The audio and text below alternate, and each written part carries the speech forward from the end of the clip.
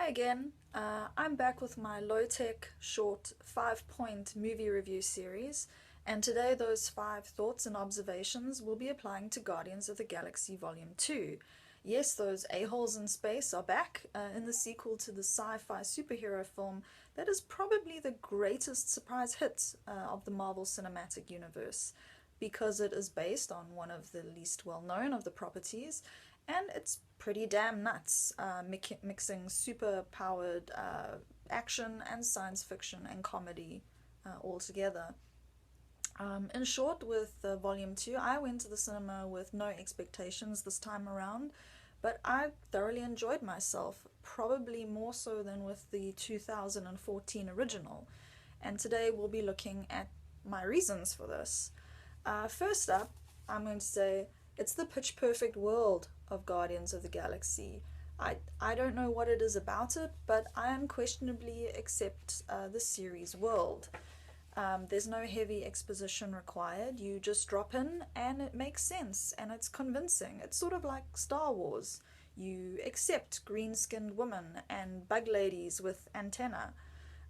Guardians has a very relaxed, matter of fact attitude to world building, and I think audiences pick up on that and appreciate it. Second point is that Guardians of the Galaxy has a great sense of humor. To be honest, a lot of the humor in Volume 2 is of sort of the pranky, pubescent boy variety, and that won't work for everyone. It can get tiring at times, but there are some absolute one-liner gems courtesy of Dave Bautista's Deadpan Drax. I love him. I think he's my favorite character. And I also really enjoyed the Sovereign, who are essentially the gold-skinned villains of this movie. They're dangerous, but delightfully ridiculous at the same time. You can't take them seriously. They're continually undercut, and I felt they were a great fit for the story. Guardians of the Galaxy succeeds because it has a strain of irreverence that runs consistently through everything. Okay, my third point is that Guardians of the Galaxy Volume 2 benefits from loads of heart.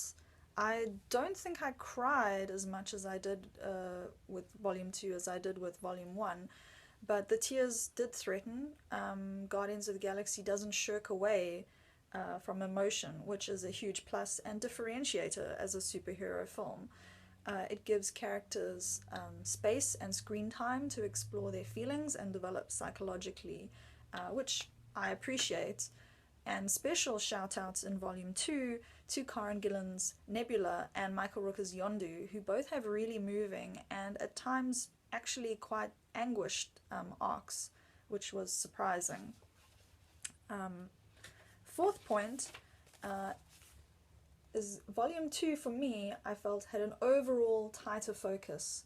Now, some people may disagree with me on this, but I felt it benefited from being more constrained. It felt cleaner and simpler.